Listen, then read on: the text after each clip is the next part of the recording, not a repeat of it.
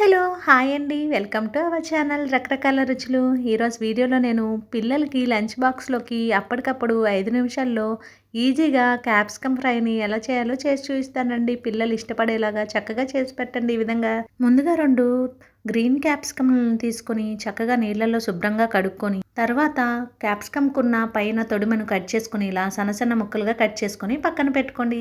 ముందుగా stove on చేసుకొని ఒక ఐరన్ కడాయి పెట్టుకొని అందులో 2 స్పూన్లు ఆయిల్ వేసుకొని ఆయిల్ హీట్ ఎక్కాక ఒక హాఫ్ స్పూను మినపప్పు, హాఫ్ స్పూన్ జీలకర్ర, హాఫ్ స్పూన్ ఆవాలు వేసుకొని ఆవాలు చిటపటమన్న తర్వాత ఒక హాఫ్ స్పూను పసుపును కూడా వేసుకొని ముందుగా కట్ చేసి పెట్టుకున్న క్యాప్సికమ్ ముక్కలన్నిటిని వేసి 2 నిమిషాలు ఇలా లైట్‌గా ఫ్రై చేసుకోండి సిమ్‌లో పెట్టుకొని. తర్వాత రుచికి సరిపడినంత ఉప్పును ఒక హాఫ్ స్పూన్ ఉప్పు వేసుకుంటే సరిపోతుంది. వేసుకొని కాసేపు ఇలా ఫ్రై చేసుకోండి.